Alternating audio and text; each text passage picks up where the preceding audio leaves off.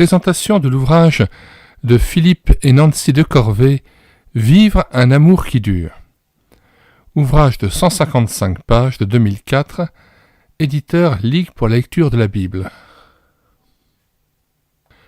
Un livre qui se lit comme un roman, alimenté non seulement par un partage personnel des auteurs, mais aussi par des exemples de couples suivis au cours de 40 ans de ministère.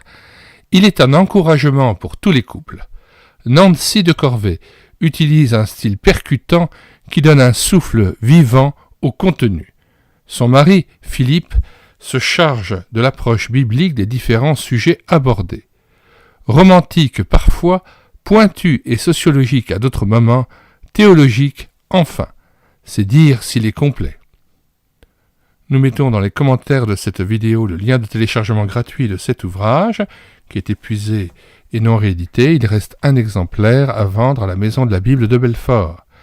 Nous mettons aussi le lien vers nos playlists Vie de couple fonder un foyer chrétien et Famille chrétienne éduquer les enfants dans la foi.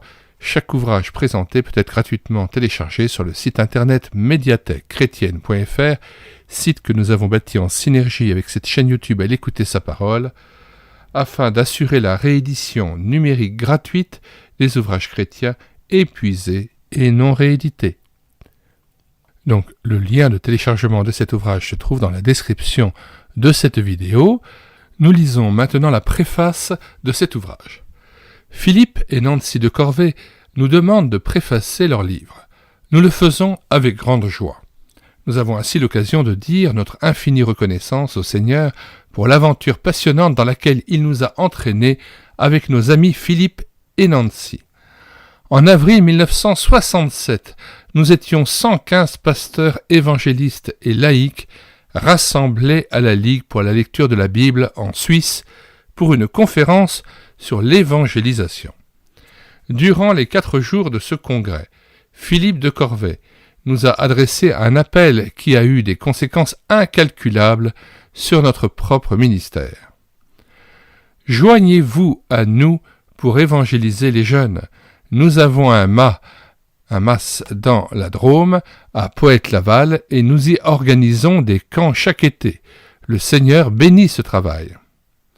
10 ans plus tard, Philippe et Nancy sont conduits par le Seigneur à un travail d'enseignement, de guérison, de libération de nombreux couples en souffrance, et nous appellent à une nouvelle tâche.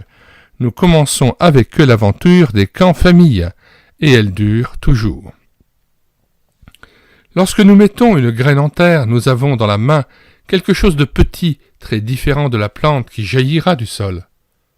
Avec le Seigneur, de la graine des camps familles a jailli une œuvre multiple et variée. Cours pour couple, cours pour famille, semaines de formation, week-end pour personnes seules, livres, lieux de relation d'aide, et j'en passe.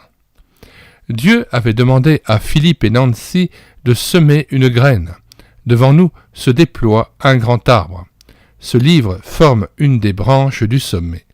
Il fait suite à 2 ouvrages qui ont eu beaucoup de succès. La prière en couple et Femmes à la recherche de leur identité. Les pages qui suivent se lisent comme un roman. Nancy sait rendre compte des dernières recherches psychologiques, sociologiques et anthropologiques. Avec un art consommé, elle raconte la vie conjugale, celle de son couple et celle d'autres conjoints. En chemin, elle partage ses connaissances. Ainsi, avec une palette de chercheurs prestigieux, elle n'en cite que quelques-uns, nous abordons des questions importantes. Ai-je bien choisi mon conjoint? Et nos différences, sont-elles une force ou un frein? En quoi sommes-nous égaux? Comment durer et grandir dans l'amour? Quels ennemis combattre? Comment avoir sa vie, ses activités propres, son espace, sans nuire à l'épanouissement de son couple? Les vrais couples ne devraient-ils pas échapper aux crises? Comment gérer les conflits? Toutes ces questions et bien d'autres encore sont abordées avec de nombreux exemples, des situations croquées sur le vif, des portraits dans lesquels nous nous reconnaîtrons très souvent. Il faut le dire, Nancy a derrière elle, en tant que médiatrice familiale et thérapeute de couple, une expérience unique gagnée en Europe et en Afrique. Il fallait la partager. En parcourant ces lignes, vous serez accroché par un style alerte, vous apprendrez sans peine les notions nouvelles telles que le coping action, note 1, coping en anglais, faire face ou gestion des conflits, page 83 d'ouvrage, mot utilisé dans les études sociologiques francophones.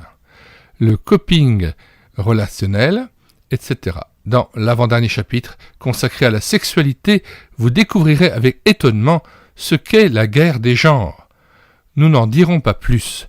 Surtout, vous vous réjouirez de relire les textes bibliques qui nous font entrer avec reconnaissance dans le dessein de Dieu par rapport à la sexualité. Enfin, vous serez invité à revitaminiser la vie spirituelle de votre couple.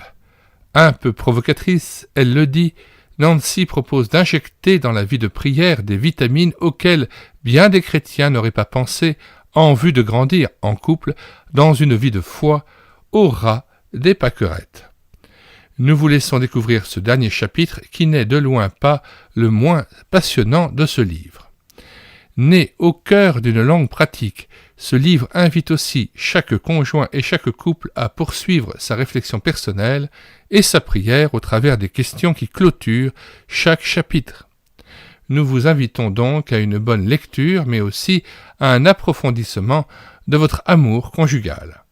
Guy et Denise Schotems, cofondateurs de l'œuvre Oikos. Post-scriptum. Les personnes seules trouveront elles aussi de l'intérêt à lire et à méditer ce livre.